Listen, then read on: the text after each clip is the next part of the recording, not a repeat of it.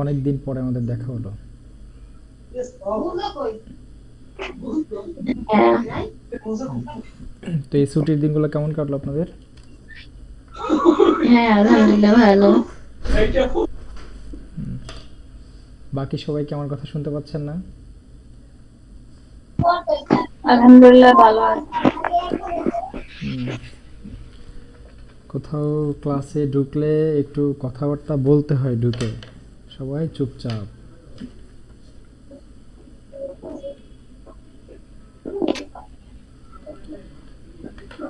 তারপরে কাজ কাম কি অবস্থা?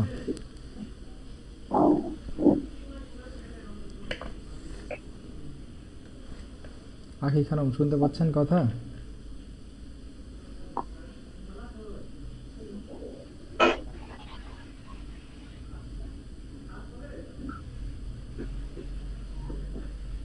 আবার এবং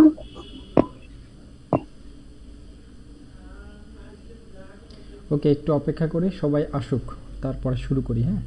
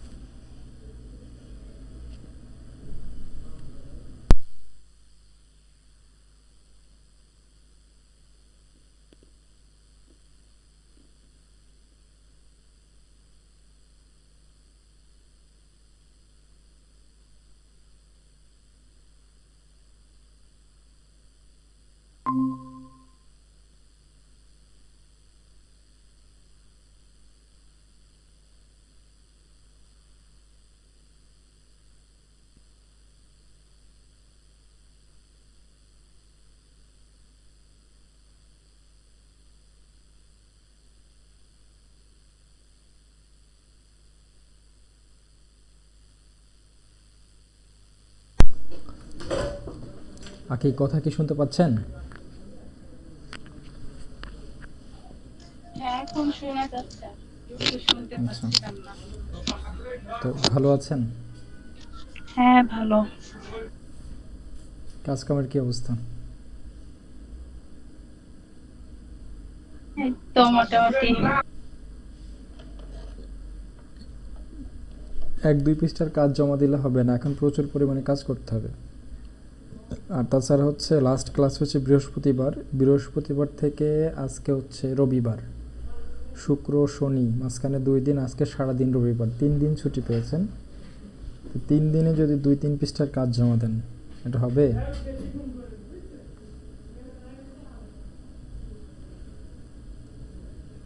কাজের দিকে একটু বেশি মনোযোগী হন, আর কথার রিপ্লাই দিয়েন। আখি শুনতে পাচ্ছেন কথা? হ্যাঁ। কথার রিপ্লাই দিয়েন।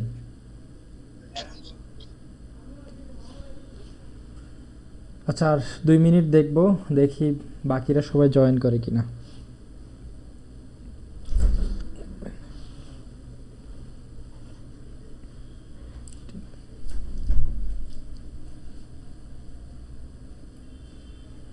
আখি এই 2 দিন কি কি কাজ করছেন বলেন তো?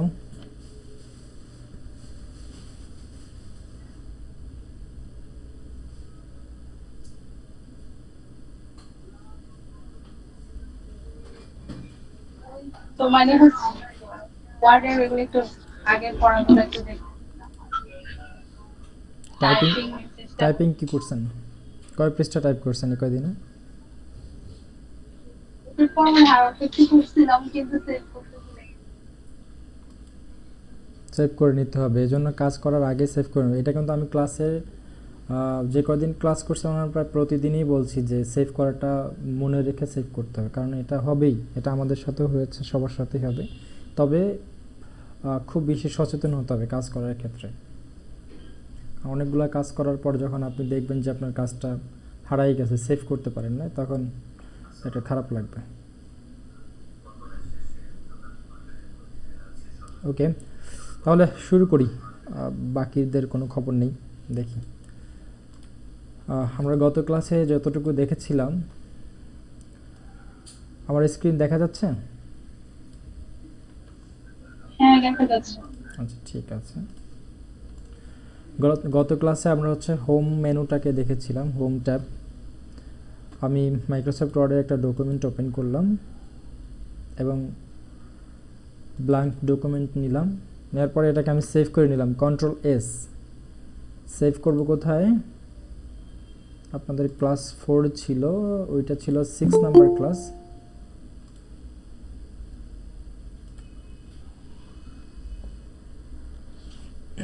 আসসালামু আলাইকুম সালমা আপু, ভালো আছেন?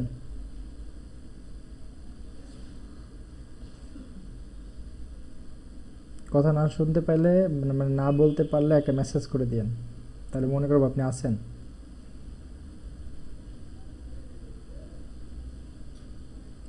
ওকে, তো আমি এটাকে ফার্স্ট অফ অল যেটা করলাম, যেটা আখি অলরেডি ফেস করে ফেলছেন, যে কাজ সেভ না করলে সেটা হচ্ছে হারাই ফেলতে হয় আমাদের। তো এটাকে আমি সবার আগে সেভ করে নিলাম, ফাইলে গিয়ে সেভ। কোথায় সেভ করব? আমি একটা জায়গা ধরাই দিই, ক্লাস 6 আমাদের হয়ে গেছে, আমার ক্লাস 7 করব। ওটা সরি, আমি শরীফ ভাইয়ের ফোল্ডার এইটাতে করব। আপনার বেস টু একটা নতুন ফোল্ডার ক্রিয়েট করে আজকে একটা জিনিস শেখাচ্ছি, সেটা হচ্ছে যে ফোল্ডার ক্রিয়েট করার। ফোল্ডার ক্রিয়েট করার হচ্ছে শর্টকাট হচ্ছে কন্ট্রোল শিফট এন। এটা একটু সবাই মনে রাখেন, কন্ট্রোল শিফট এন, এটা দিয়ে একটা নিউ ফোল্ডার ক্রিয়েট করা যায়। আমি এই যে নতুন ফোল্ডার ক্রিয়েট করছিলাম, এটাকে ডিলিট করে দিলাম।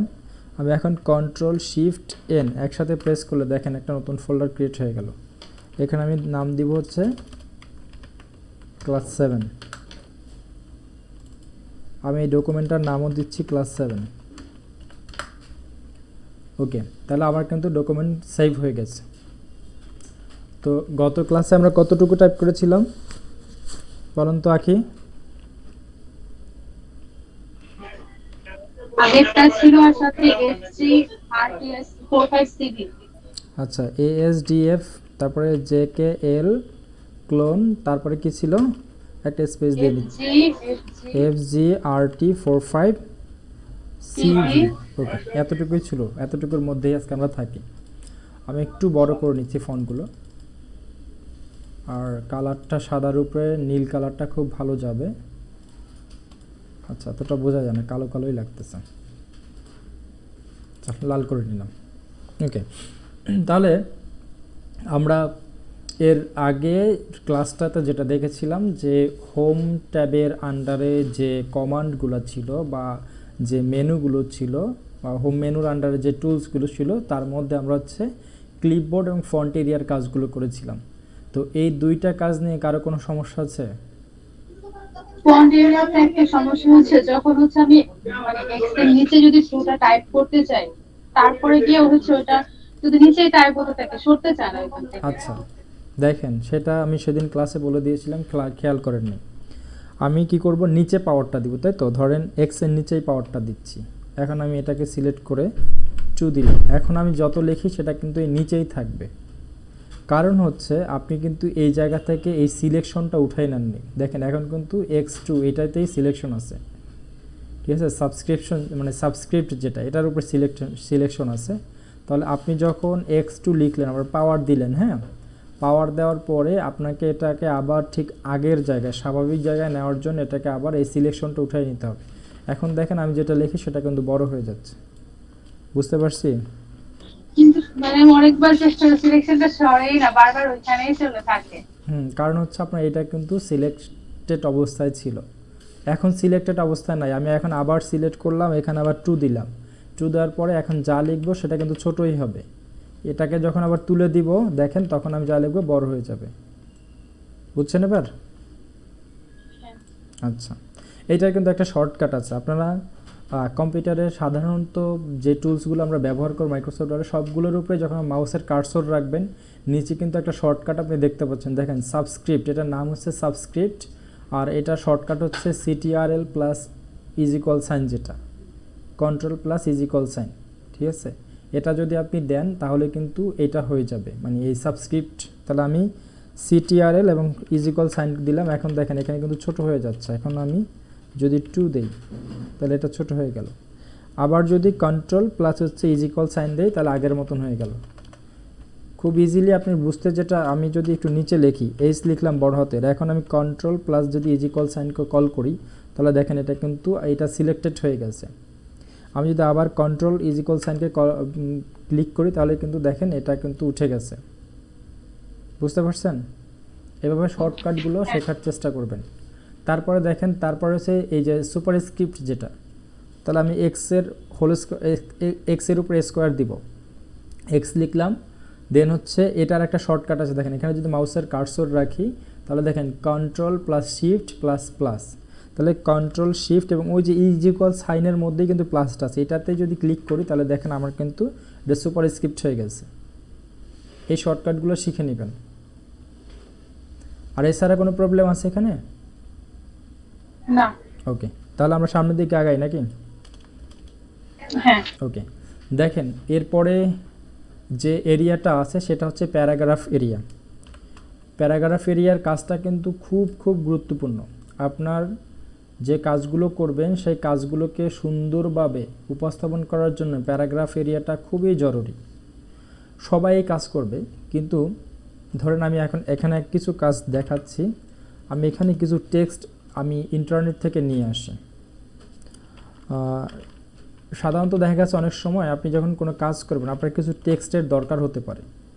সেই টেক্সটগুলো আমরা হচ্ছে লরেম ইপসাম, এই যে দেখেন ipsam.com, এই যে LIPSUM ipsam.com, এখান থেকে আপনি টেক্সটগুলো কপি করে নিতে পারেন যদি কখনো দরকার হয়।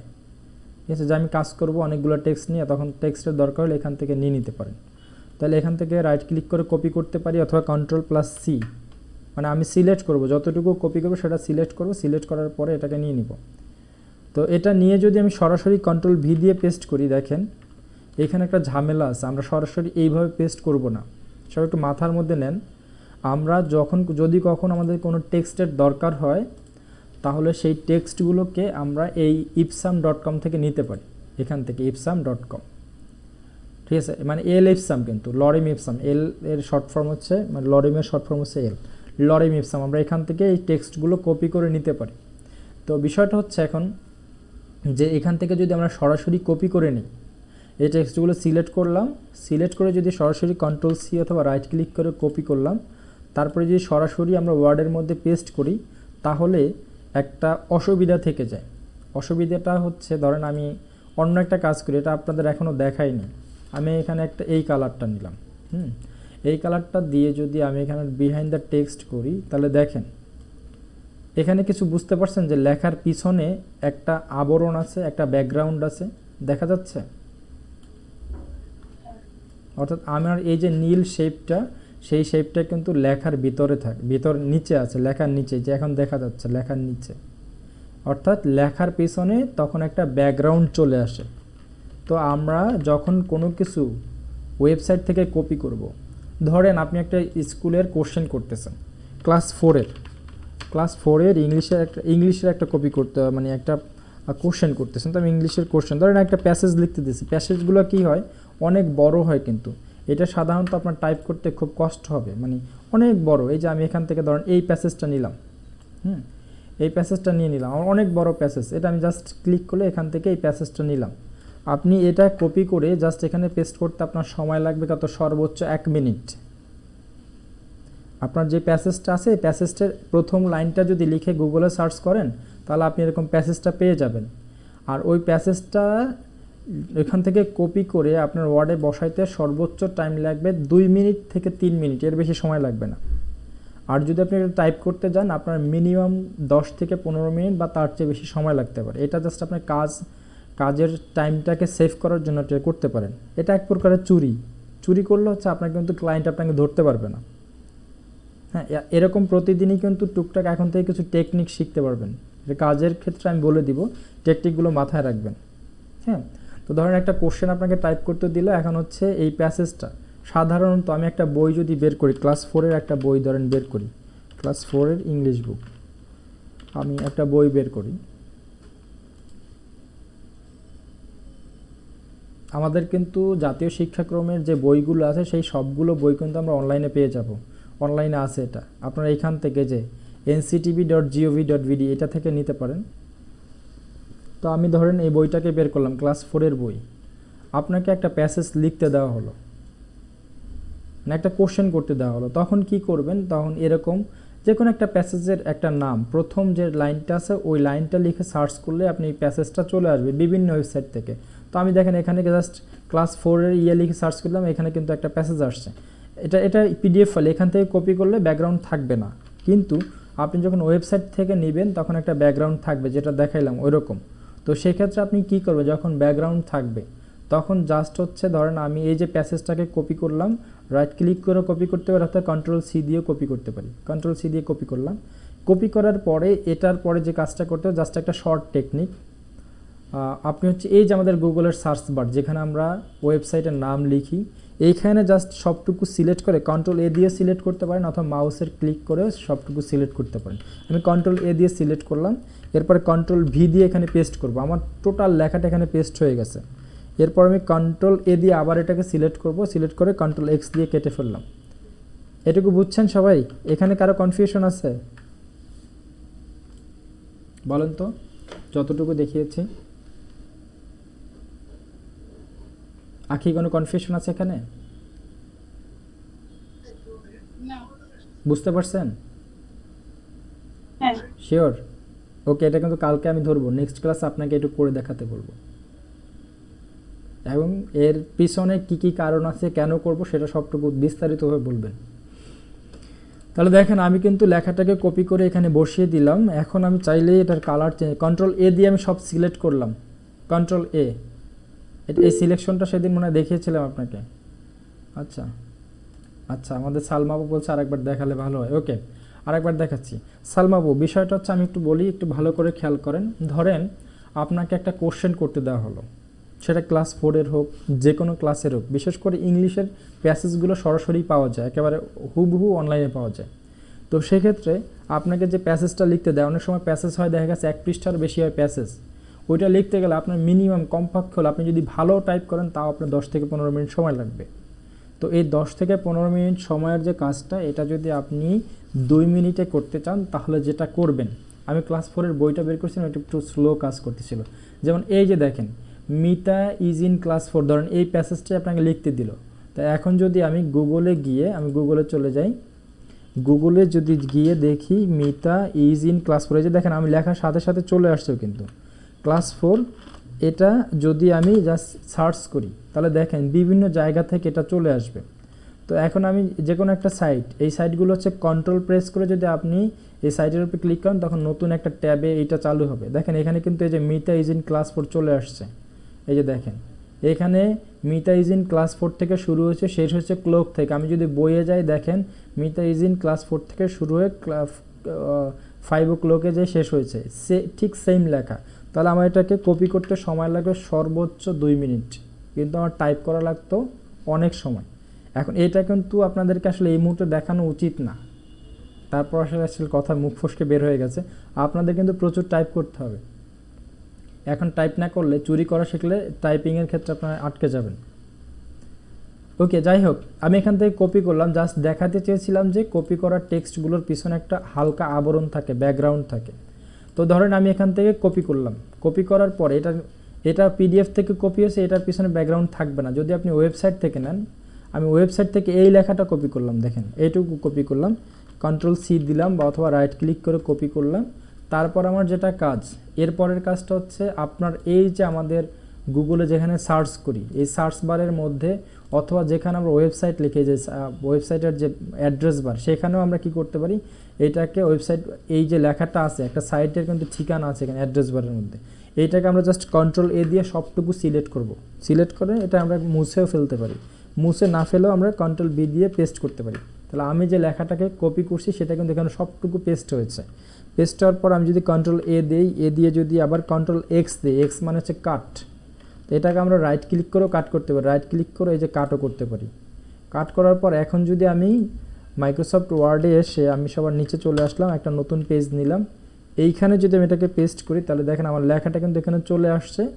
আর এখন যদি আমি কোনো একটা শেপ নেই, আমি একটা শেপ নিলাম, শেপটা নিয়ে এটাকে আমি বিহাইন্ড দ্য টেক্সট, এইটুকু আপনাদেরকে এখনও দেখাইনি। এখন দেখেন আমার টেক্সটের পিছনে কিন্তু কোনো আবরণ নাই, দেখা যাচ্ছে এটা?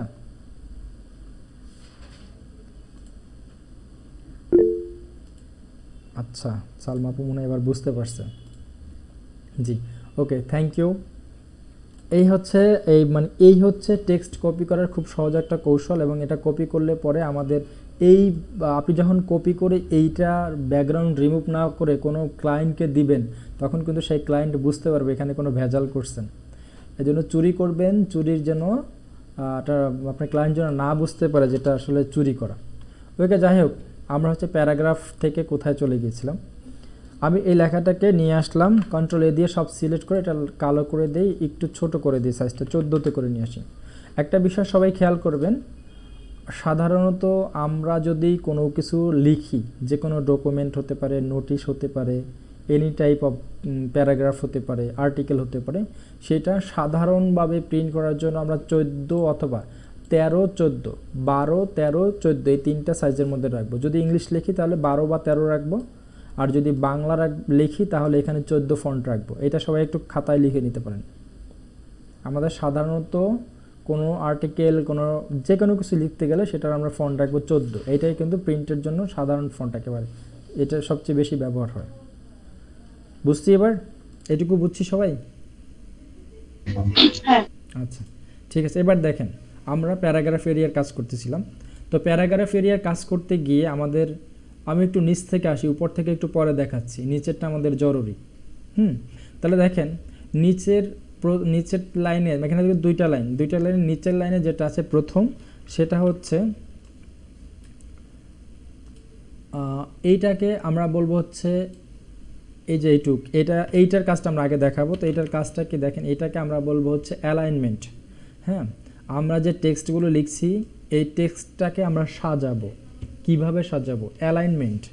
অ্যালাইনমেন্ট যদি শব্দটা কোথাও শুনেন, এটা যদি আপনি বেসিক কম্পিউটার এই যে অফিস কোর্স এটা শিখতে যান সেখানে আপনার লাগবে। যদি গ্রাফিক্স ডিজাইন শিখতে যান সেখানে সবচেয়ে বেশি লাগবে অ্যালাইনমেন্ট। আপনি যদি ওয়েবসাইট ডিজাইন শিখেন সেখানেও আপনার অ্যালাইনমেন্ট শব্দটা অনেক ব্যবহার হবে। তো অ্যালাইনমেন্ট হচ্ছে আমরা যে টেক্সটগুলো লিখব, সেই টেক্সটগুলো এর কিভাবে লিখব, কোন দিক থেকে শুরু হবে, ডান দিক থেকে নাকি বাম দিক থেকে নাকি মাঝখান থেকে নাকি চতুর্দিকে সমানভাবে, এইটাই মূলত অ্যালাইনমেন্ট দিয়ে আমরা বুঝিয়ে দিব। তাহলে দেখেন, ফার্স্ট যে অ্যালাইনমেন্টটা আছে, আমি লেখাটাকে একটু সিলেক্ট করে নিচ্ছি। আমি এর আগেও বলছি, এটা একটু বারবার মাথায় ঢুকিয়ে নেবেন। আমরা যদি কোনো টেক্সটের কোনো পরিবর্তন করতে যাই, লিখিত টেক্সটের আগে লেখা হচ্ছে এমন টেক্সট, সেই টেক্সটের কোনো কিছু পরিবর্তন করতে গেলে আমাদের প্রথম যেটা করতে হবে, সেই টেক্সটটাকে আগে সিলেক্ট করে নিতে হবে। তো আমরা যতটুকু পরিবর্তন করব ততটুকু আগে সিলেক্ট করে নিলাম, সিলেক্ট করলাম। সিলেক্ট করার পরে আমাদের প্রথম যে অ্যালাইনমেন্ট আছে সেটা হচ্ছে অ্যালাইন লেফট। অ্যালাইন লেফট হচ্ছে বাম দিক থেকে আমাদের লেখাগুলো শুরু হবে। বাম দিক থেকে শুরু হবে। তো সাধারণত আমাদের ইংলিশ লেখাগুলো আমরা বাম দিক থেকেই শুরু করি। তাহলে দেখেন, আমি এই লেখাটাকে কন্ট্রোল এক্স দিয়ে কেটে নিলাম। কেটে নেওয়ার পরে আমি যদি এখন কোনো কিছু লেখা শুরু করি, দেখেন, যদি আমি লিখি আমাদের দেশ, আমি ইংলিশ বাংলিশ লিখলাম, হ্যাঁ, আমাদের বাংলাদেশ, দেখেন, তাহলে কিন্তু আমার লেখাটা কিন্তু বাম দিক থেকে শুরু হয়েছে। হ্যাঁ, তবে এখানে আমার লেখাটা পেস্ট করলাম কন্ট্রোল ভি দিয়ে, আবার সিলেক্ট করে নিলাম। এবার দেখেন বাম দিক থেকে শুরু হয়েছে। এরপরে যে অপশনটা আছে সেই অপশনটা হচ্ছে সেন্টার অ্যালাইনমেন্ট। শব্দটা শুনেন, সেন্টার অ্যালাইনমেন্ট। আপনাকে কিন্তু যখন পরীক্ষা নেওয়া হবে মাইক্রোসফট ওয়ার্ডের উপরে, তখন আপনাকে টেক্সটকে সেন্টার অ্যালাইনমেন্ট করতে বলা হতে পারে। তো এটা হচ্ছে centre alignment.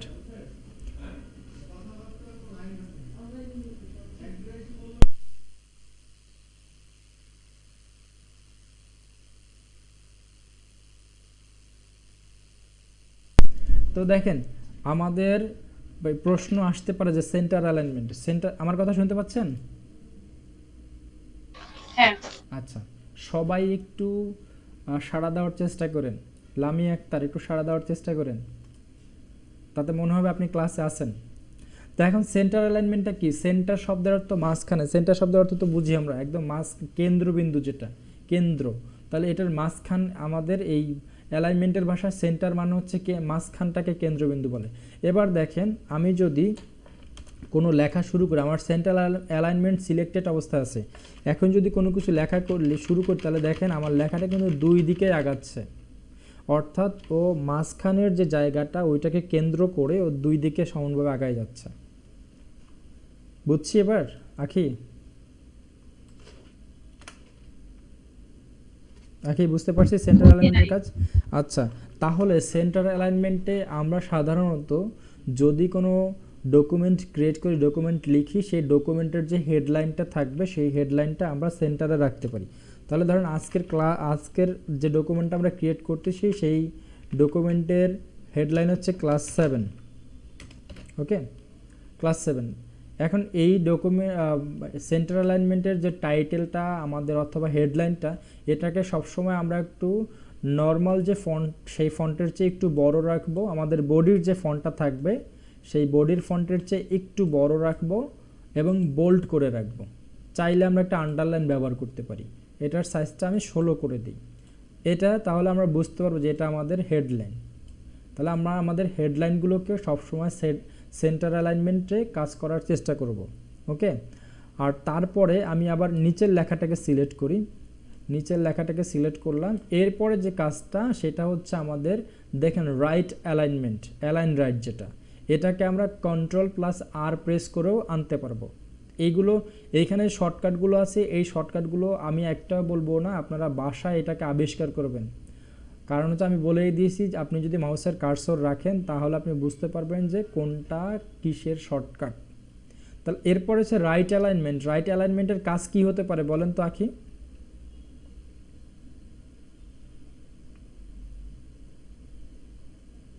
Unmute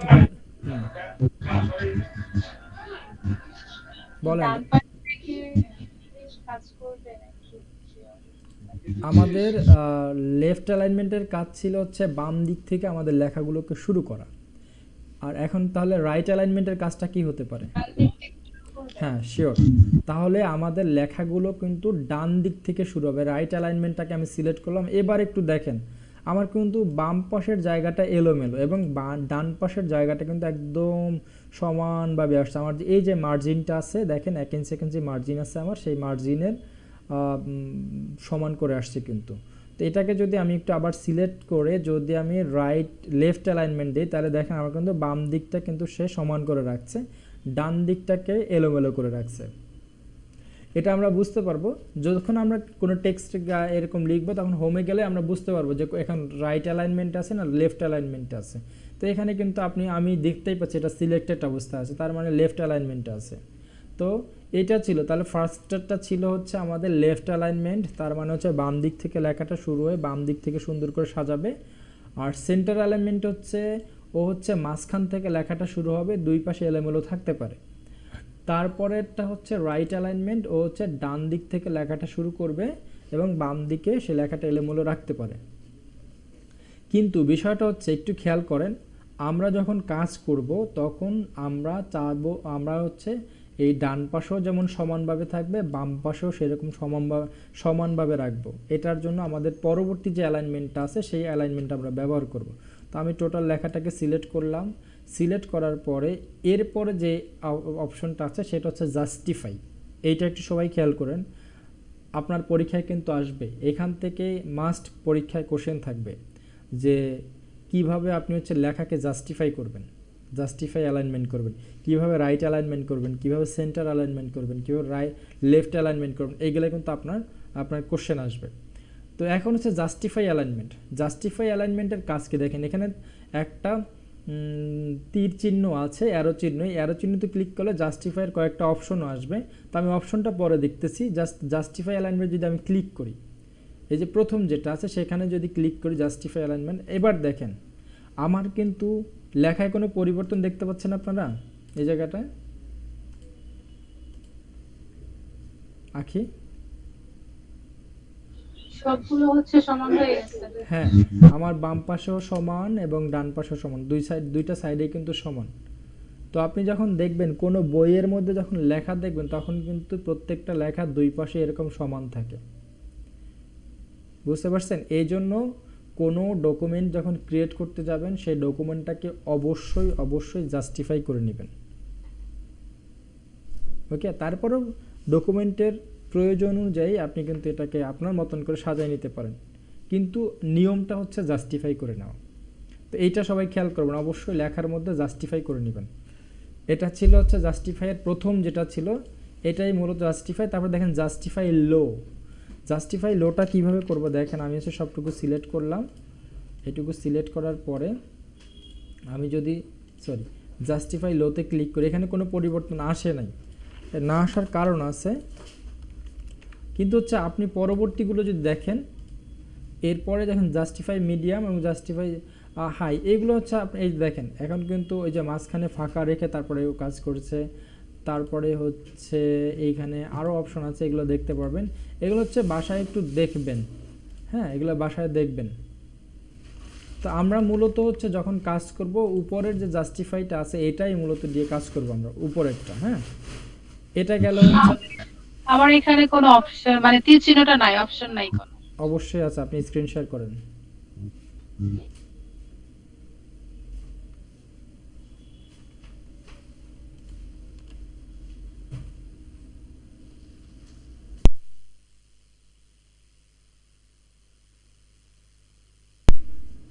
screen share করেন।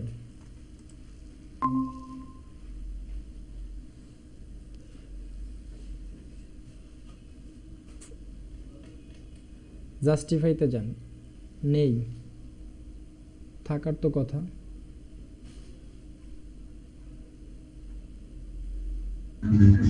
আচ্ছা, এটা হচ্ছে হয়তো অ্যাডভান্স অপশন থেকে ইয়ে করে থাকতে পারে, অসুবিধা নেই, আপনি হচ্ছে একটাই দেন।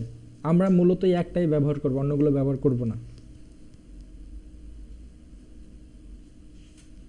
ঠিক আছে, তাহলে শেয়ারটা হ্যাঁ স্টপ করেন।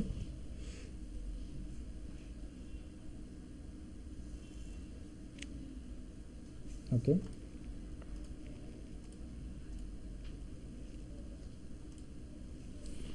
এরপরে দেখেন প্যারাগ্রাফের এই নিচের লাইনটা যদি আমরা প্রথমবার দেখব, আমার কথা শুনতে পাচ্ছেন সবাই? আচ্ছা, ঠিক আছে, তাহলে দেখেন এরপরে যে অপশনটা আছে সেটাকে বলা হয় যে line and paragraph spacing. Line and paragraph spacing. আচ্ছা, লাইন এবং প্যারাগ্রাফের মধ্যে পার্থক্য কি আপনারা জানেন?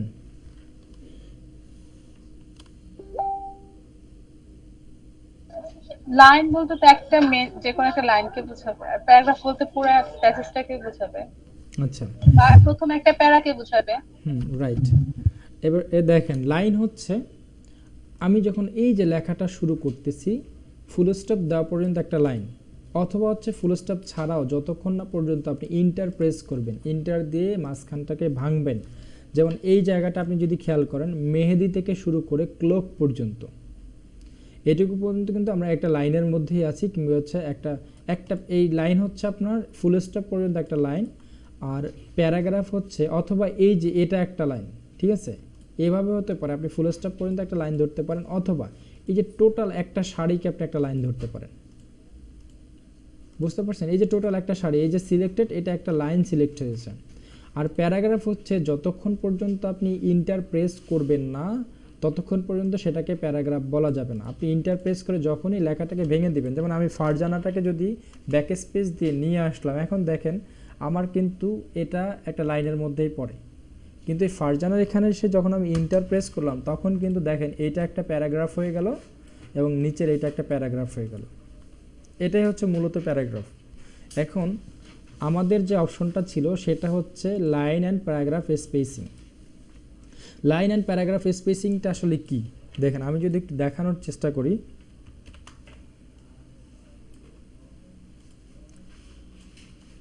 এই যে জায়গাটা, এই জায়গাটা হচ্ছে প্যারাগ্রাফের স্পেস।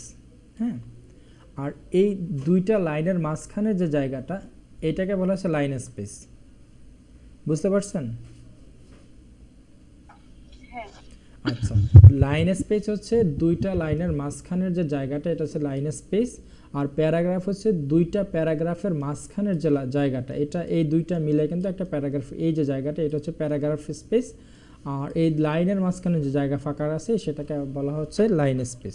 ওকে, তাহলে অনেক সময় দেখা গেছে আপনি যখন কোশ্চেনের কাজগুলো করবেন, বিশেষ করে কোশ্চেনের কাজগুলো করবেন, সেই কোশ্চেনের কাজগুলো করতে গেলে আপনাকে একটা দড়া বাঁধা নিয়ম দিয়ে দেবে যে আপনাকে হচ্ছে মানে সর্বোচ্চ 2 পৃষ্ঠার মধ্যে শেষ করতে পারবেন কোশ্চেনটা, এরকম কিন্তু আপনার প্রতিষ্ঠান থেকে বলে দিবে। তো যখন হচ্ছে দেখবেন যে আপনার অনেকগুলো টেক্সট কিন্তু আপনি 2 পৃষ্ঠার মধ্যে এটা কোনোভাবে আটাইতে পারতেছেন না, তখন কি করবেন? তখন হচ্ছে এই যে লাইনের মধ্যে যে ফাঁকা জায়গাটা আছে, এখান থেকে আপনি লাইনের মাঝখানের জায়গাটা, তারপরে এই যে প্যারাগ্রাফের মাঝখানের জায়গাটাকে কমাইয়া অথবা বাড়াই দিতে পারেন, ঠিক আছে? আবার দেখা গেছে আপনাকে হচ্ছে ক্লায়েন্ট বলে দিল যে আপনি ফন্টের সাইজ 14 রাখবেন, তাহলে কিন্তু আর আপনি যে লেখাটা দিবে সেই লেখাটা ফুল পেজ করে দিতে হবে, কিন্তু আপনার যে টেক্সটগুলো তার দিয়ে ফুল পেজ হয় না, তখন আপনি চাইলে এই লাইনের মাঝখানে জায়গাটা বাড়াই দিতে পারেন। তো সেটা কিভাবে করব? তাহলে আমি হচ্ছে প্রথমত লাইনের যে স্পেসটা সেটা কমাই।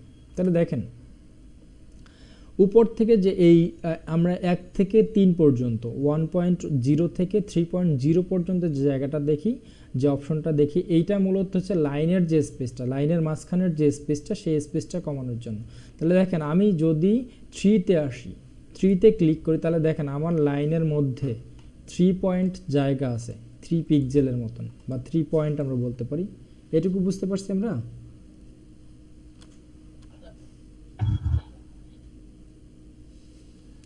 এটুকু বুঝছি আখি? আচ্ছা, তাহলে আমরা হচ্ছে লাইনের মাঝখানের যে স্পেসটা সেটাকে আমরা বাড়াতেও পারবো, কমাতে পারবো।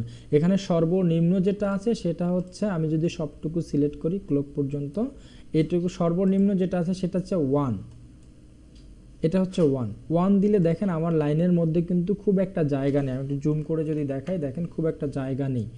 আর আমি যদি এখন আস্তে আস্তে এখান থেকে বাড়াই, এখান থেকে যদি 1.15 দিই, দেখেন আমার কিন্তু স্পেস বেড়ে গেছে। তারপর হচ্ছে 1.5 দিই, তখন বেড়ে যাবে। এরকম যদি আপনি বাড়াতে চান তাহলে এখান থেকে বাড়ায় 3 পর্যন্ত বাড়াতে পারবেন। তারপরও লাইন স্পেসিং একটা অপশন আছে, এখান থেকে আপনি চাইলে কমিয়ে অথবা বাড়িয়ে নিতে পারবেন এই জায়গাটা থেকে, ঠিক আছে? এই যে দেখেন এইভাবে কিন্তু আমি যখন এখান থেকে স্পেসটা বাড়াচ্ছি, এখন দেখেন আমার কিন্তু স্পেস যখন 0.05 আসছে সর্বনিম্ন, এটা যখন আসছে তখন কিন্তু এখানে একটা প্রিভিউ আপনি দেখতে পারেন, প্রিভিউর মধ্যে একদম কাছাকাছি চলে আসছে। আর যখন আপনি বাড়াবেন তখন দেখেন আপনার কিন্তু লেখাটা অনেক বড়, এরকম করে এখান থেকে আপনি আপনার ইচ্ছে মতনও স্পেসটা দিয়ে নিতে পারবেন। তো এটা আমি ক্যান্সেল করে দিলাম, আমি এটাকে 1.0 রাখি। এটা মূলত মোটামুটি স্বাভাবিক। আর এরপরে আপনার যে প্যারাগ্রাফগুলো আছে, এই যে 2টা প্যারাগ্রাফ, এইটা একটা প্যারাগ্রাফ, আমি এটার কালারটা একটু ভিন্ন কালার করে দিই, এই কালারটা দেই, আর নিচেরটা ব্ল্যাকই থাকুক। তাহলে দেখেন এই 2টা প্যারাগ্রাফের মাঝখানের যে জায়গাটা, এই জায়গাটা যদি আপনি বাড়াতে অথবা কমাতে চান, তাহলে এই যে এখানে লাইন অ্যান্ড প্যারাগ্রাফ স্পেসে ক্লিক করে নিচে দেখেন 2টা অপশন আছে, একটা হচ্ছে অ্যাড স্পেস বিফোর প্যারাগ্রাফ, আর একটা হচ্ছে রিমুভ স্পেস আফটার প্যারাগ্রাফ। যদি কোনো জায়গায় আপনার স্পেস দেওয়া থাকে, ফাঁকাটা দেওয়া থাকে, তাহলে সেই জায়গাটা হচ্ছে আপনার কাছে রিমুভ চাইবে, আর যদি না থাকে তাহলে সেখানে অ্যাড চাইবে। তাহলে আমার অ্যাড স্পেস বিফোর প্যারাগ্রাফ, অর্থাৎ প্যারাগ্রাফের আগে আমার জায়গা দেওয়া নেই এটাকে, তাহলে এই জায়গাটা হচ্ছে আমি এটাকে অ্যাড করলে কি হবে, আমার প্যারাগ্রাফের এই যে এখানে দেখেন এই 2টা প্যারাগ্রাফের মাঝখানে আমি Ctrl Z দিয়ে পিছনে গেলাম, এই দেখেন এখন যে জায়গাটা আছে 2টা প্যারাগ্রাফের মাঝখানে কিন্তু জায়গাটা বেড়ে যাবে যখন আমি অ্যাড করব। এই দেখেন, অর্থাৎ উপরে এই দেখেন এটার উপরে মেহেদির উপরেও জায়গা বাড়ছে, এখানে ফারজানার উপরেও জায়গা বাড়ছে। আর যদি আমি রিমুভ করে দেই তাহলে দেখেন এটা কিন্তু একটু উপরে যাচ্ছে, আবার নিচে এই যে রিমুভ স্পেস আফটার প্যারাগ্রাফ, যে পরে প্যারাগ্রাফের পরবর্তী যে জায়গাটা সেটা কিন্তু দেখেন যখন ক্লিক করব তাহলে দেখেন আমরা কিন্তু লাইন এবং প্যারাগ্রাফের মধ্যে খুব একটা ডিফারেন্স নেই। এটুকু বুঝতে পারছি? আচ্ছা, তাহলে প্যারাগ্রাফ এবং লাইনের স্পেসগুলো আমরা আমাদের প্রয়োজন মতো কমিয়ে অথবা বাড়িয়ে নিতে পারবো। এটা ছিল লাইন অ্যান্ড স্পেস প্যারাগ্রাফের কাজ। তারপরে দেখেন তারপরে যে অপশনটা আছে সেটা হচ্ছে কি থিম কালার। থিম কালারটা ওই যে আমরা হচ্ছে ব্যাকগ্রাউন্ডে একটা কালার দেখছিলাম, আমি এটার প্যারাগ্রাফের স্পেসটা বাড়াই নিলাম যাতে বোঝা যায় 2টা প্যারাগ্রাফ। তাহলে দেখেন এরপর আমি এটুকু সিলেক্ট করলাম, সিলেক্ট করার পর আমি যে থিম কালারে যাই, থিম কালারে যাওয়ার পর দেখেন এখান থেকে আমি চাইলে এটার পিছনে একটা কালার বা ব্যাকগ্রাউন্ড কালার অ্যাপ্লাই করতে পারি। তা আমি একটু দেখি কি কালারটা, এই কালারটা দিলাম। এখন দেখেন আমার লেখার পিছনে কিন্তু একটা কালার অ্যাড হয়েছে আমার ওই আগে যেটা ছিল ওইটার মতন করে। তো এটা দিয়ে হচ্ছে আমরা থিম কালার বা পিছনের ব্যাকগ্রাউন্ড কালারটা চেঞ্জ করতে পারি। আমরা খুব সম্ভবত হচ্ছে আমাদের এই কাজটা কখনোই দরকার হবে না যদি আপনি খুব একেবারে আঁকিবুকি করতে না চান, সাধারণভাবে কাজ করতে চান, তাহলে এই কাজটা আমাদের দরকার নাও হতে পারে।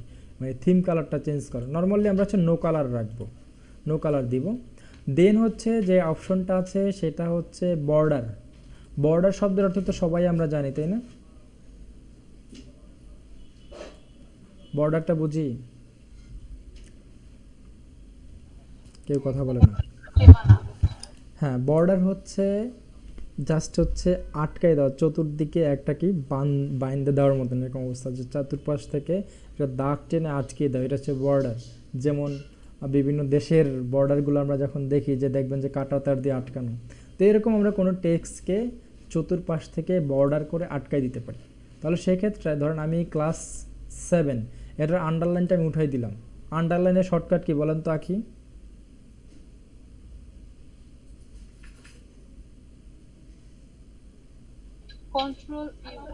Control U, thank you. Okay, তাহলে হচ্ছে আমি আন্ডারলাইনটা উঠাই দিলাম। এখন আমি চাচ্ছি যে এই যে ক্লাস 7টা, এই ক্লাস 7-এর উপরে একদম টোটাল পৃষ্ঠা জুড়ে একটা দাগ দিব, আবার নিচেও ক্লাস 7-এর নিচেও একটা টোটাল পৃষ্ঠা জুড়ে একটা দাগ দিব। সেটা কিভাবে করব দেখেন, আমি ক্লাস 7টাকে সিলেক্ট করলাম। এই কথাটা আমি আবারও বলতেছি, হয়তো বিরক্ত হতে পারেন কিন্তু আপনাদের মনে থাকবে না। যখন কোনো টেক্সটের কোনো পরিবর্তন আনবেন তখন সেই টেক্সটটাকে আগে সিলেক্ট করে নেবেন। আমি সিলেক্ট করলাম। এবার আমি যদি বর্ডারের এই যে অ্যারো বাটনটাতে ক্লিক করি, এখানে অনেকগুলো অপশন আসছে দেখেন। এই অপশনের মধ্যে প্রথম যে অপশনটা আছে সেটা হচ্ছে বটম বর্ডার। বটম যেহেতু নিচ, তাহলে আমি যদি এইটাতে ক্লিক করি, দাঁড়ান এটা তো নিচ, আচ্ছা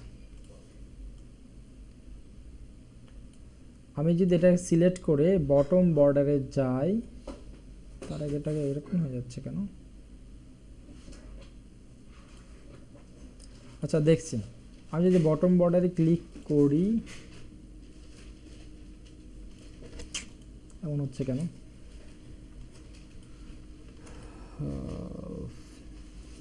আচ্ছা এবার দেখেন, আমি যদি বটম বর্ডারে ক্লিক করি তাহলে দেখেন আমার কিন্তু এই টেক্সটের নিচে একটা বর্ডার হয়ে গেছে, দেখা যাচ্ছে? আচ্ছা, এরপরে আমি চাচ্ছি যে উপরেও থাকবে, অর্থাৎ এই লেখাটাকে আমার হাইলাইট করতে হবে। এরপরে যদি আমি টপ বর্ডার দেই, তা আবার বক্স হয়ে গেছে কেন?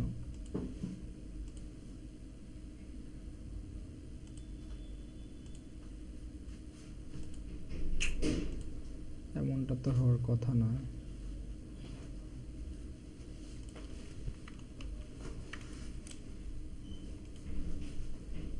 আচ্ছা সিলেক্ট ছাড়াই আমি দিই, সিলেক্ট ছাড়া যদি আমি যেহেতু সিলেক্ট করে দিয়েছিলাম তাহলে তো ওকে আমি ধরাইয়ে দিয়েছি যে আমার ক্লাস 7 পর্যন্ত বর্ডার হবে। আমি না ধরে দিলাম তাহলে হচ্ছে টোটাল লাইনটাকে কভার করবে। তো এখন যদি আমি টপ বর্ডার দিই, দেখেন টপ বর্ডার দিলে কি হলো, উপরেও একটা দাগ হয়েছে। আর আমি যদি চাই যে রাইটে দিব, লেফটে দিব, তাহলে আমরা দিতে পারি। এখান থেকে দেখেন লেফট, তারপরে আছে কি রাইট। এখন আপনি চাচ্ছেন যে আমি এর কোথাও বর্ডার দিব না, তাহলে এটা জাস্ট ক্লিক করে এই যে নো বর্ডার আছে, যখন নো বর্ডার দেবেন তখন কিন্তু বর্ডারটা উঠে গেছে। তো এরকম অনেকগুলো বর্ডার আছে, দেখেন হচ্ছে অল বর্ডার। অল বর্ডার মানে চতুর্দিকে একবারে দিয়ে দিবেন। আর তারপর হচ্ছে দেখেন এইটা হচ্ছে ইনসাইড বর্ডার, যখন আপনার অনেকগুলো ঘর থাকবে, এইটা আমরা ইনসার্ট থেকে ভালো বুঝতে পারবো, এখন আর বেশি আলোচনা করলাম না। এরকম করে আপনি কিন্তু চাইলে এখান থেকে বর্ডারটা নিজের মতন করেও দিয়ে নিতে পারেন। এগুলো একটু সবাই বাসায় সবগুলো ক্লিক করে দেখবেন কোনটায় কি। হ্যাঁ, তো এটাকে আমি হচ্ছে আপাতত নো বর্ডার দিলাম, কোনো বর্ডার নেই। ওকে, তাহলে হচ্ছে প্যারাগ্রাফের নিচের অপশনটা আমাদের কাজ শেষ। এটুকু কোনো কোশ্চেন আছে কারো এখানে? না। আচ্ছা ঠিক আছে, এরপরে একটু উপরে আসি। উপরে দেখেন, এরপরে উপরে যে অপশনগুলো আছে, প্রথমটা আছে হচ্ছে বুলেট, তারপরেরটা হচ্ছে নাম্বারিং, তারপরেরটা হচ্ছে মাল্টিপল লিস্ট, মাল্টিলেভেল লিস্টের কাজ আমরা দেখব। তারপরে হচ্ছে আপনার ডিক্রিজ ইন্ডিট এবং ইনক্রিজ ইন্ডিট, এরকম আছে। তা সবগুলো আমরা দেখব। প্রথমে আছে বুলেট। এখন বুলেটের কাজ করতে গেলে আমি এইখানে কিছু লেখা নিয়ে আসছিলাম, তাহলে দেখেন মিতা ইন ক্লাস, তারপর শি গেটস আপ, তারপরে হচ্ছে সরি আমি এখানে কিছু কোশ্চেন নিয়ে আসছি এটা দেখানোর জন্যই। ওকে, তাহলে হচ্ছে এই যে নিয়ে আসলাম। এখন দেখেন এইখানে দেখেন 4টা লাইন আছে, এখান থেকে আমি একটু লাইনের স্পেসটা একটু কমাই দিই। ও যেহেতু প্যারাগ্রাফ দেওয়া আছে, প্যারাগ্রাফের ইয়েটা একটু কমাই দিই। তাহলে দেখেন এখানে আমি একটু লাইনের স্পেসগুলো বাড়াই দিই, তাহলে সুবিধা হবে। আচ্ছা, তাহলে দেখেন এইখানে আমার কয়েকটা লাইন আছে। এখন অনেক সময় হয় কি, আমাদের যখন এরকম ধরেন আমি কোনো কিছুর প্রকারভেদ লিখলাম, যে ধরেন কোনো কিছু একটা প্রকারভেদ লিখলাম, প্রকারভেদ লিখতে গেলে আমরা সাধারণত কী করি, প্রকারভেদগুলোকে ধরেন আমি লিখলাম হচ্ছে লেটার 2 প্রকার, একটা ভাওয়েল একটা কনসোনেন্ট। হ্যাঁ, লেটার 2 প্রকার। এখন আমরা কী করি, লেটার 2 প্রকার লেখার পরে ভাওয়েল এবং কনসোনেন্টের কিন্তু আমরা ছোট্ট একটা বুলেটের মতন বা কোনো একটা চিহ্ন দিয়ে বুঝিয়ে দিতে পারি, বুঝিয়ে দেই যে এটা একটা প্রকারভেদ, এটা একটা প্রকারভেদ।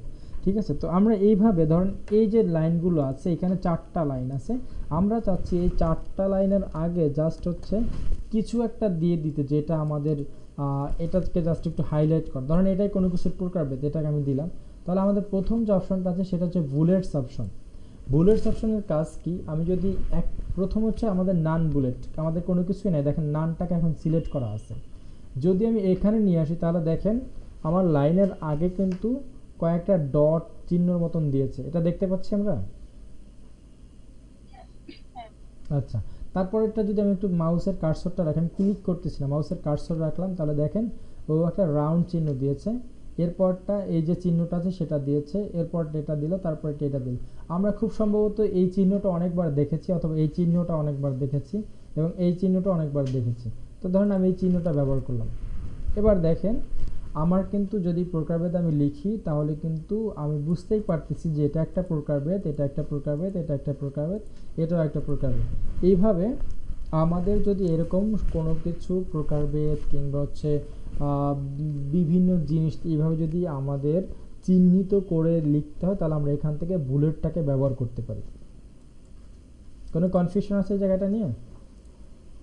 না। আচ্ছা, ঠিক আছে।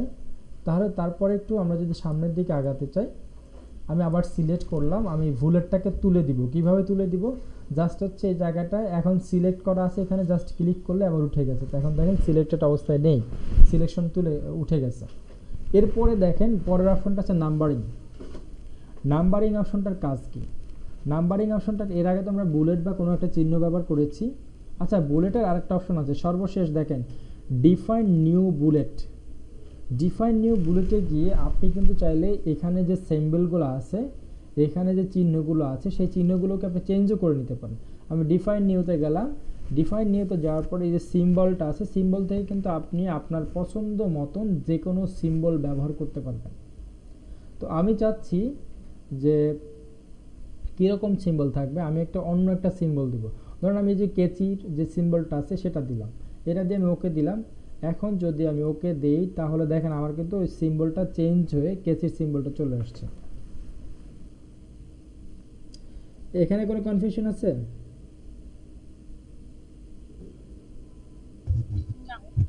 ওকে, তারপরে তাহলে এখান থেকে আমি জাস্ট কন্ট্রোল জেড দিয়ে পিছনে গেলাম, আমি সিম্বলটা তুলে নিলাম। এরপরে আমি আবার ডিফাইন নিউতে যাচ্ছি। এখন দেখেন পরবর্তী আছে পিকচার। এই পিকচার থেকে আপনি চাইলে এই সিম্বলের যে আমাদের যে সিম্বলগুলো দিয়েছিলাম চিহ্নগুলো, সেই চিহ্নর জায়গায় আপনি নিজের ছবি ব্যবহার করতে পারেন, অন্য যে কারো ছবি ব্যবহার করতে পারেন। এখন দেখেন প্রথমে পিকচারের এখানে দেখেন insert picture from file. From file মানে হচ্ছে কম্পিউটারের যে কোনো জায়গা থেকে আপনি আপনার পিকচারটা এখানে ধরিয়ে দিতে পারেন। আর তারপরে যে অপশনটা আছে সেটা বিং ইমেজ সার্চ। আপনি অনলাইন থেকে, আপনার কম্পিউটারে যদি ইন্টারনেট কানেকশন থাকে তাহলে আপনি অনলাইন থেকেও এখানে ছবি বসাতে পারেন, যে কারোর ছবি। তাহলে ধরেন আমি সালমান খানের একটা ছবি বসাতে চাচ্ছি, সালমান খান। এখানে আমি জাস্ট এই যে বিং ইমেজ সার্চ এখানে ক্লিক করলাম, ক্লিক করে আমি জাস্ট সালমান খানের নামটা দিয়ে দিলাম। এরপরে দেখেন আমি যখন কার্সর রাখতেছি আমাকে বলতেছে ইন্টার ইওর সার্চ আইটেম। আমি যদি এখন ইন্টার প্রেস করি, আমি ইন্টার প্রেস করলাম, দেখেন সালমান খানের ছবি এখানে চলে আসছে। তো আমি চাচ্ছি যে এই ছবিটা আমার টেক্সটের যেখানে আমি বুলেট ব্যবহার করেছিলাম সেই জায়গাটা সালমান খানের ছবিটা থাকবে। এই ছবিটাকে আমি সিলেক্ট করে টিক মার্ক দিয়ে আমি যদি ইনসার্ট প্রেস করি, দেখেন ছবিটা কিন্তু ডাউনলোড হচ্ছে। এখন যদি ওকে প্রেস করি তাহলে দেখেন আমার কিন্তু সালমান খানের ছবিটাই এখানে চলে আসছে। আমি যদি আরেকটু জুম করে দেখাই আপনাকে, তাহলে দেখেন এখানে কিন্তু সালমান খানের ছবিটাই দেখা যাচ্ছে। এটুকু পারবো না, এই অপশন দুটো তো এখানে নাই, এখানে না। যেটা দেখাচ্ছেন সেটা তার পাশেরটা, এই দুটো নাই, বাকিগুলো আছে। আচ্ছা, এটা হচ্ছে আপনার যখন এই সফটওয়্যারটা সেট আপ করা হয়েছে তখন হয়তো অনলাইনটাকে মানে সেট আপের সময় পারমিশনটা দেওয়া হয়নি। আচ্ছা, অসুবিধা নাই, এটা না থাকলেও কোনো সমস্যা নেই, এটা দিয়ে ঠিক করে দেওয়া যাবে, একসময় ঠিক করে দিব না। কন্ট্রোল জেড দিয়ে ব্যাকে গেলাম, পিছনে গেলাম। এরপর আসি নাম্বারিং। নাম্বারিংটা ঠিক বুলেটের মতন, ফার্স্ট অফ অল আছে নান, তারপর আছে কি ওয়ানের পরে ডট দিয়ে নাম্বারিং করা, তারপর আছে কি ওয়ানের পর আমি যদি জাস্ট নাম্বারিংয়ের উপর মাউসটা রাখি, ক্লিক করা লাগবে না, তাহলে দেখেন আমার কিন্তু এখানে প্রিভিউ দেখা যাবে, আমি দেখা যাচ্ছে কীভাবে পরিবর্তন আসবে। তাহলে আমরা এইভাবে আমি ধরুন এই যে 3-4 লিখলাম, এরপর যদি ইন্টার প্রেস করি তাহলে দেখেন আমার কিন্তু এখানে আমি যদি কিছু লিখি, আমি ধরুন নেম লিখলাম, তারপরে ইন্টার প্রেস করলে আপনাকে নাম্বারটা লিখতে হবে না। যতক্ষণ পর্যন্ত আপনি ইন্টার প্রেস করেন ততক্ষণ পর্যন্ত এরকম কিন্তু নাম্বারিংটা চলে আসবে। তারপর আমি ধরেন ফাদার লিখলাম, ফাদার, তারপরে দেখলাম মাদার লিখলাম, দেখেন আমার কিন্তু নাম্বারিংটা লেখা লাগতেছে না, অটোমেটিক হয়ে যাচ্ছে। এইটার যেমন একটা ভালো দিক আছে তেমনি একটা খারাপ দিকও আছে।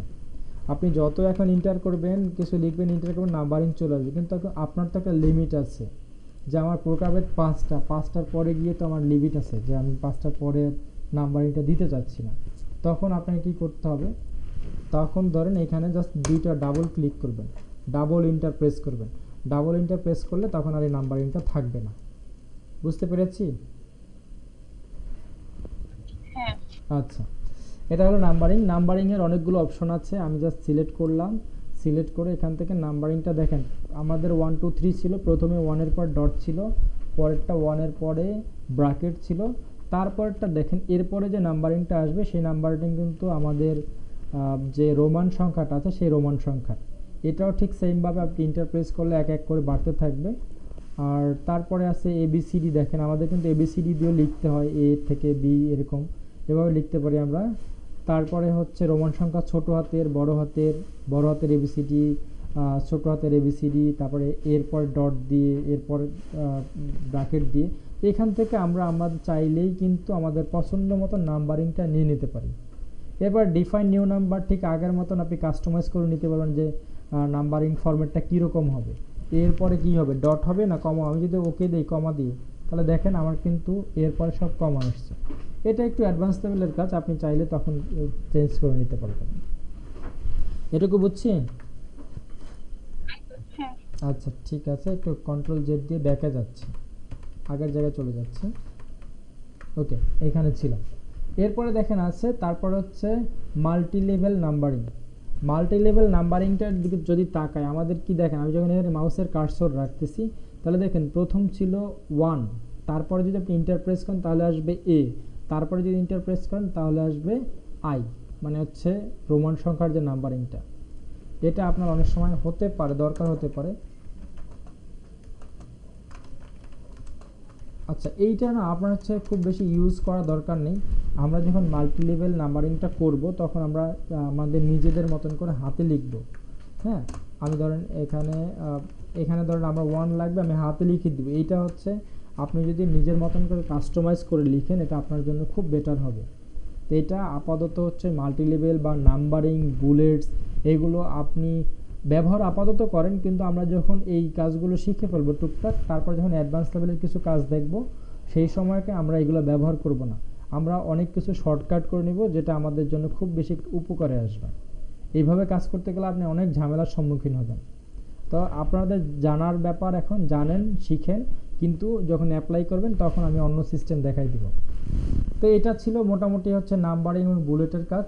আমরা যদি একটু ডান পাশে আসি, ডান পাশে আসার পরে আমি কন্ট্রোল জেড দিয়ে একটু একদম পিছনে চলে যাই, কন্ট্রোল জেড দিয়ে একদম আগের জায়গায় চলে আসছে, এই যে দেখেন।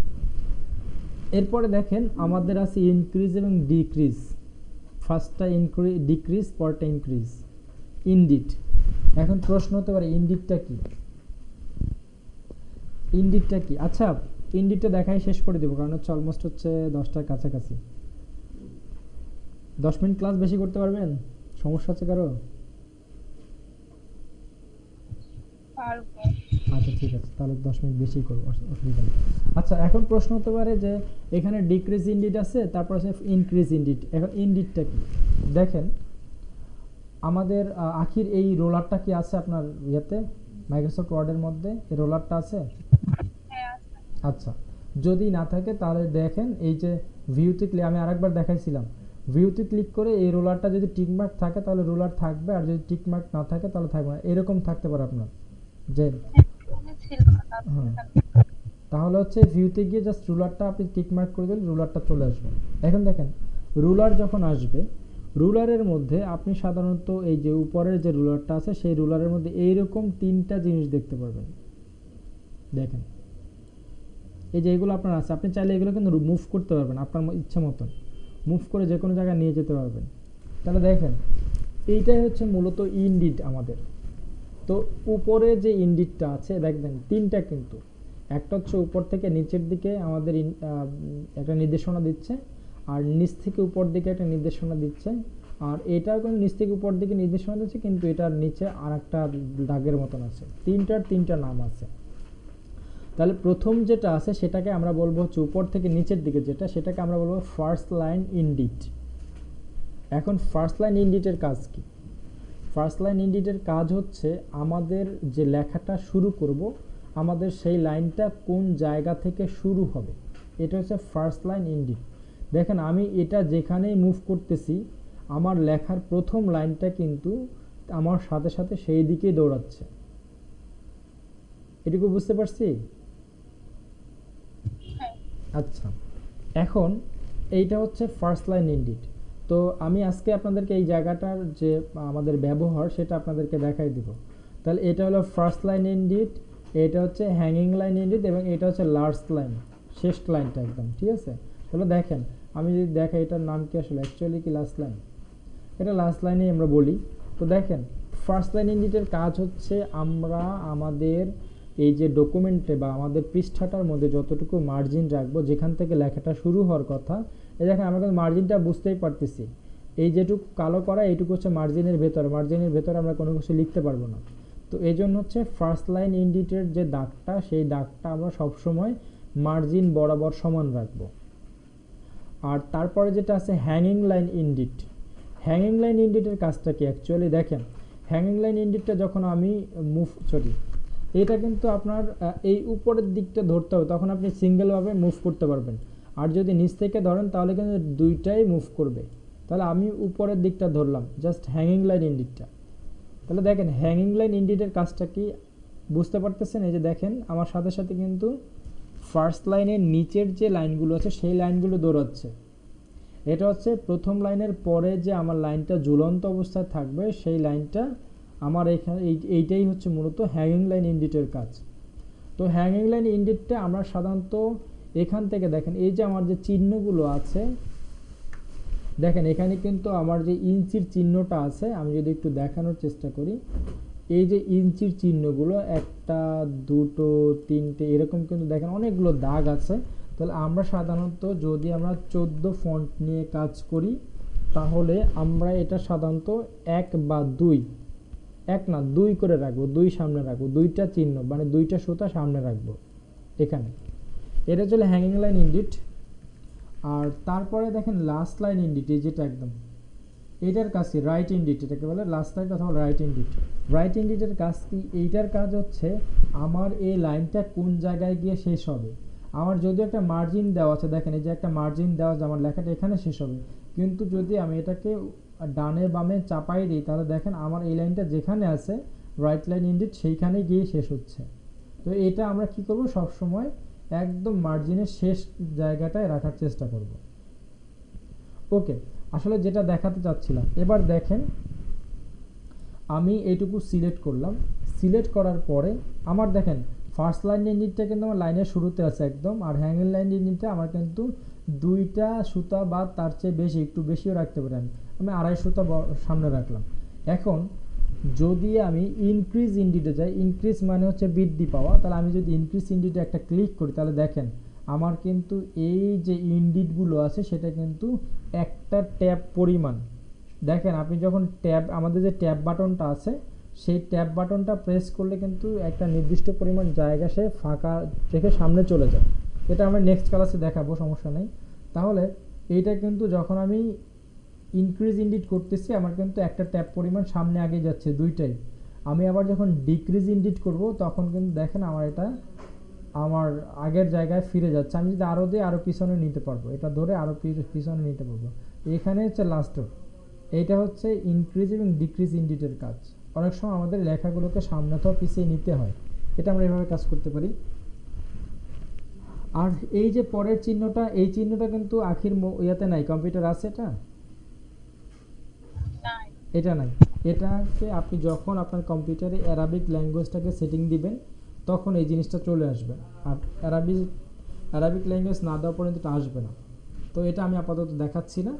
তারপরে যেটা আছে দেখেন শর্টটা নেক্সট ক্লাসে দেখাই নাকি, কোনো অসুবিধা আছে? যে এখানে যে রুলারের ভিতরে কিছু অপশনের কথা বলতে পারি, কিন্তু এখানে আমি দুইটাই খুঁজে পাচ্ছি, আমি কিছু খুঁজেই পাচ্ছি না। বুঝি না, একটু একটু একটু একটু জোরে বলেন।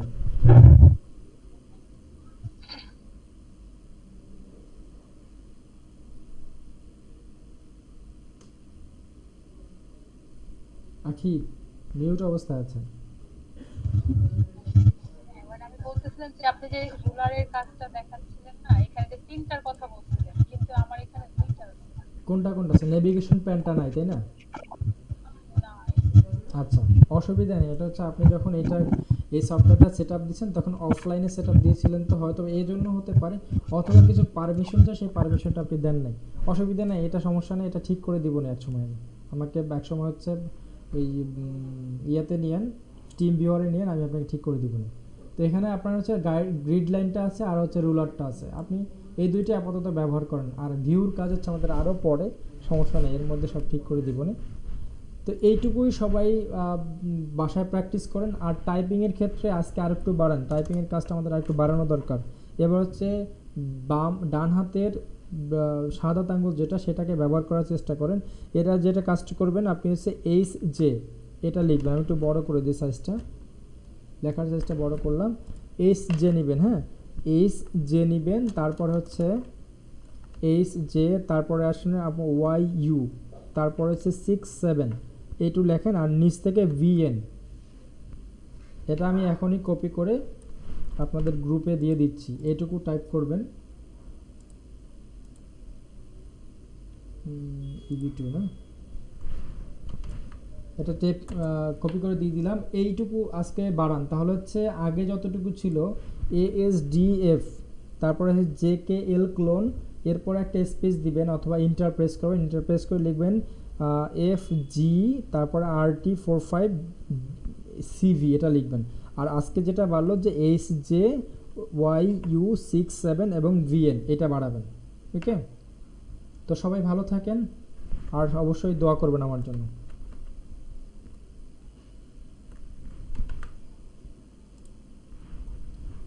শুনতে পাচ্ছেন সবাই?